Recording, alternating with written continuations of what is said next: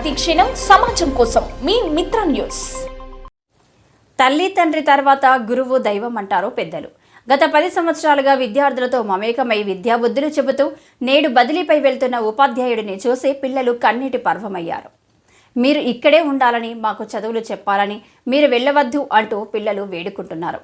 వివరాల్లోకి వెళ్తే రాజన్న సిరిసిల్ల జిల్లా ఎల్లారెడ్డిపేట మండలం కిషన్ దాస్ పేట ప్రాథమిక పాఠశాలలో 10 ఏళ్లు పాఠాలు చెప్పిన ఉపాధ్యాయుడు శ్రీనివాస్ పాఠశాల నుండి బదిలీ అయ్యాడు. పిల్లలతో మమేకంగా ఉన్న శ్రీనివాస్ పాఠశాలను విడిచి వెళ్తున్నప్పుడు విద్యార్థులు మమ్మల్ని వదిలి వెళ్ళొద్దు సార్ అంటూ వెక్కి వెక్కి ఏడుస్తూ కన్నీటి పర్యాంతమయ్యారు.